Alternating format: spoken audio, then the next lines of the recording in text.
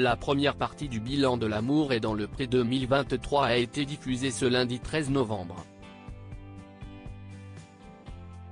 David, l'éleveur de vaches laitières et allaitantes de Bourgogne, n'avait reçu aucune prétendante à la ferme et pour cause, aucun courrier ne correspondait à ses attentes. L'agriculteur avait précisé avoir reçu quelques lettres, elles étaient envoyées par des femmes qui avaient de grands écarts d'âge avec moi, souvent 20 ans de plus ou de moins, et cela me gêne, avait-il expliqué. Certaines prétendantes avaient également précisé qu'elles n'étaient pas à l'aise à l'idée de passer à la télévision, notamment une avec qui j'échange, mais je laisse faire le temps, avait-il ajouté durant l'été. Mais en vue du bilan, Karine Le Marchand avait prévu une surprise aux candidats déçus, le courrier d'une prétendante et sa venue pour un speed dating improvisé. David s'est exprimé sur cette journée pleine de rebondissements et sur cette rencontre, dans les colonnes de Télé Loisirs. J'étais content et ému en lisant la lettre. Nous avions beaucoup de points communs avec Karen, ce qui m'a donné envie de la rencontrer, a expliqué l'agriculteur de 42 ans. À aucun moment David ne cesse de douter que Karen se trouvait cachée à quelques mètres de lui, attendant le speed dating. Comme le révèle le candidat de la saison 18, à la suite de leur rencontre, sa prétendante est venue passer quelques jours à la ferme.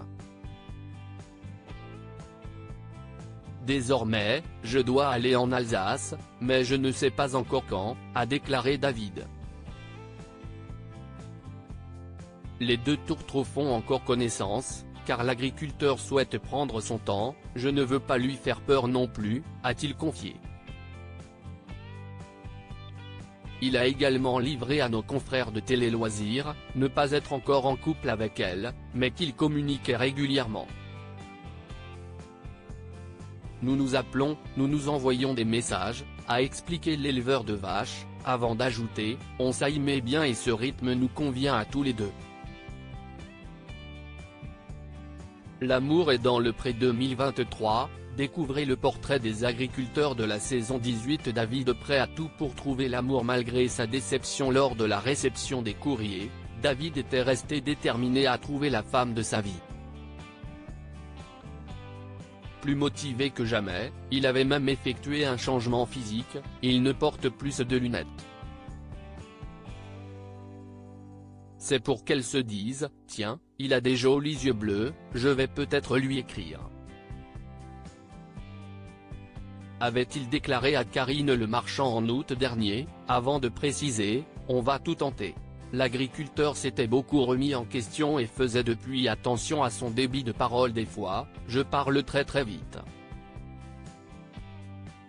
C'est pour ça que j'essaye de me calmer, reconnaissait-il. C'est peut-être ça qui leur fait peur, je ne sais pas. Ça les freine car elles se disent, oh, je ne vais pas le comprendre, analysait-il. Plein d'humour, David avait conclu par son ultime argument: je vis dans la région Bourgogne-Franche-Comté, il y a du bon vin, du fromage et des beaux mecs comme moi. Un second appel qui a donc plutôt bien fonctionné. Article écrit en collaboration avec 6 médias. Crédit photo, capture d'écran. L'amour est dans le pré, M6.